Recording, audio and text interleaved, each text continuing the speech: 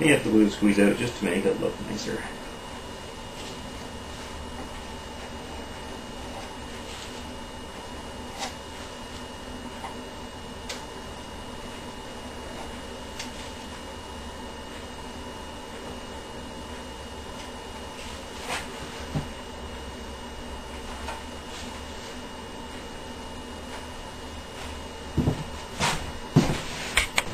Now next we're going to sand the kerf lining down so it's flush with the side.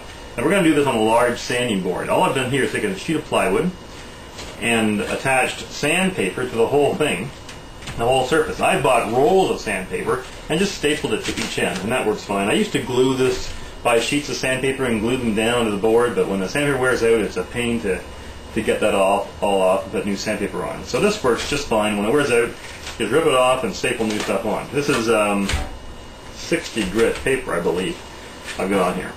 And you just put it down on the board and try and keep even pressure across the whole thing. And you go back and forth slowly and monitor your progress as you go.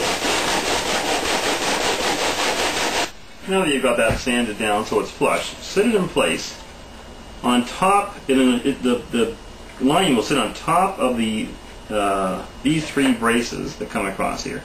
And just take a pencil and indicate where those braces come, because we're going to take and cut out notches in the kerf lining to let those braces sit in holes.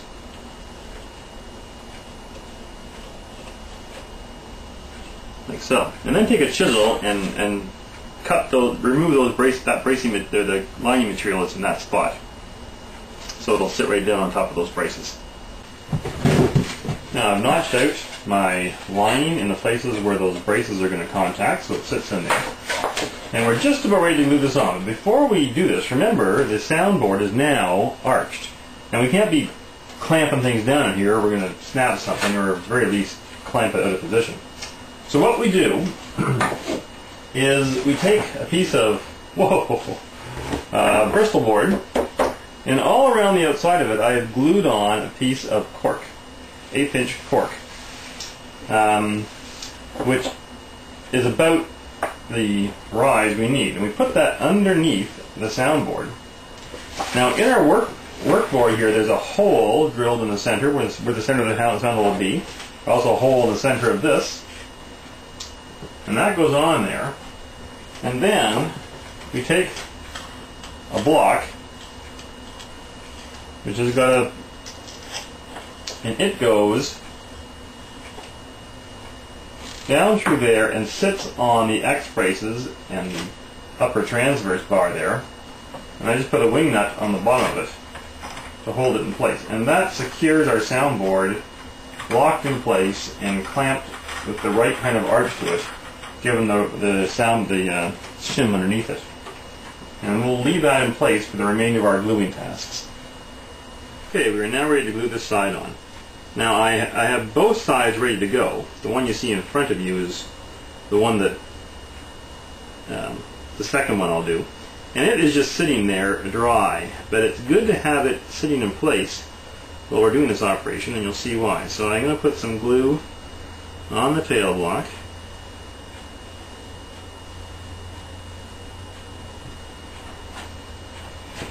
And on the head block, and the wing face of it, a fair amount, because this is going to sit here for a second while I get the rest of the glue ready. You don't want it to dry out and give you a dry joint. Then we'll take the side we're going to do.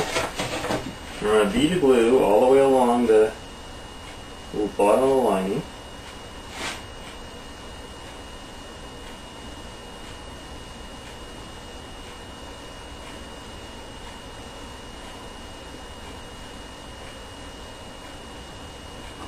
So, just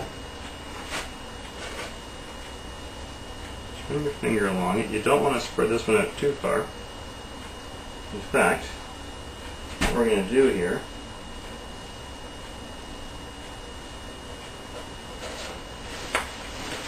is take our fingers and run them like this. Get the glue away from the edge a little bit, because we don't want a ton of squeeze out going all over the inside of the guitar.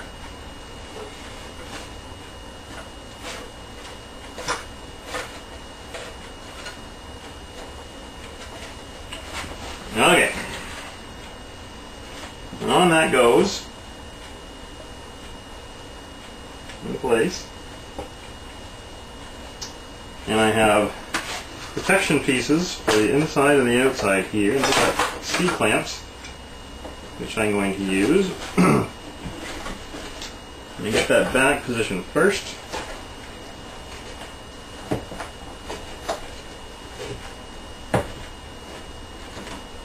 As best I can. Let's get a clamp on there temporarily. And we'll get one on the front, same deal.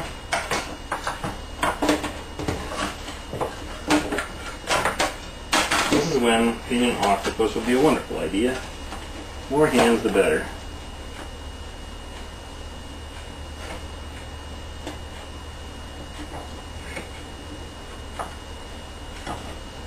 You kind of get that in there, so it's holding things in place. Then we take 4 bars and we lay them across the guitar like so. That's why it's handy to have the other side sitting there. Try to make sure everything's lined up where it should be. Your template line.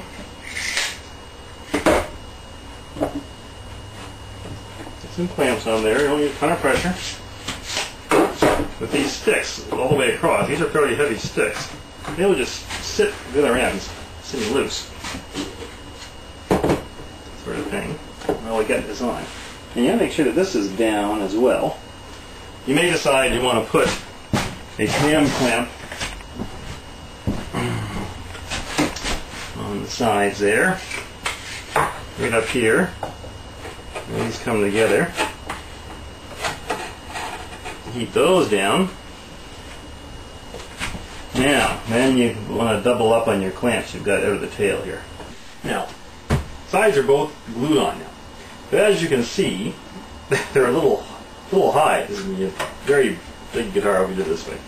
So we have to take those sides down in the right dimension. Now, in retrospect, it's with sides that were this wide, I probably should have run them through the table saw to thin them down before I ever bent them to take the bulk of this off. But no worry, it's not hard to take them off at this point in time.